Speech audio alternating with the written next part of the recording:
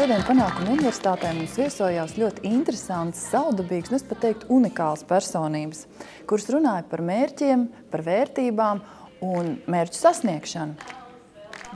Protams, daudzi arī mana vecuma mūziķi un daudzi paziņas un mana vecuma gājumi, tādi cilvēki un arī personības, varbūt nav aizgājuši līdz mērķim, ja?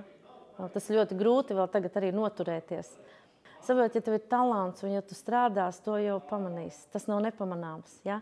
Jebkurš darbs, ko tu ieguldīsi, un viņu nevar nepamanīt. Ja? Viņš vienalga plūks augļus, šis te darbs.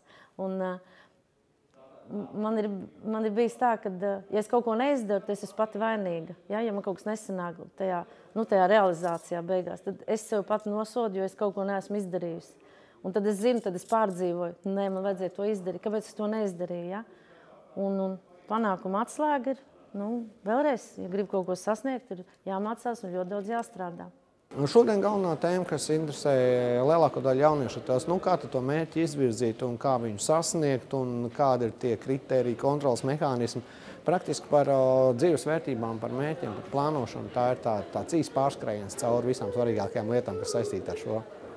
Viegli pieejama, fantastiski daudz dažādu veidu informācija, un tajā informācijas apjomā jaunietim ir grūti īstenībā saprast, kas tad ir tas viņa, jo viņam gribās visu savilkt kaut kādā vienā kopsaucējumā, kas īstenībā ir diezgan nereāli. Panākuma atslēga darīt to, kas tev sagādā prieku. Izbaudīt to un uz pozitīvo emociju bāzes arī plānot un attīstīties tālāk. Un vēl šodien jauniešiem bija iespēja iepazīties ar biznesa augstskolas Turība biznesa inkubātoru. Biznesa idejas ir vērts jau domāt, tad, kad tu esi vidusskola, tad, kad tu esi jauns, un lai būtu laiks šīs idejas attīstīt. Un tieši tāpēc arī biznesa augstskolā Turība, jaunajā biznesa inkubātorā, mēs priecāsimies arī par tiem vidusskolēniem, kam ir savas idejas un kas vēlas tās attīstīt, un tieši tāpēc mēs iespējams varētu arī piedāvāt šīs telpas biznesa inkubatorā, lai viņi savu biznesu varētu attīstīt. Un šeit šo biznesa inkubātoru izmantot pirmkārtām, lai nodrošinātu savām uzņēmumam telpas, kas ir pieejams 24 stundas diennaktī, 7 stundas nedēļā. Ir pieejami dažādi mentori, lai studenti varētu savu uzņēmumu attīstīt un mācīties no pieredzes, ko sniedz pieredzes bagāti uzņēmēji. Pēc jauniešu lūguma esam pagarinājuši konkursa darbu iesniegšanas termiņu, un tas ir līdz 22. martam.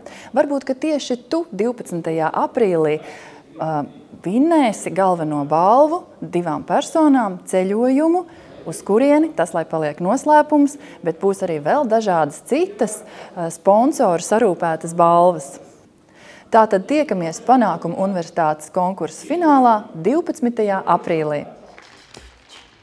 Bet vai tu atnāksi, kad man vairs nebūs 16? Bet vai tu mīlēsi, kad man vairs nebūs 16? Kad man vairs nebūs 16?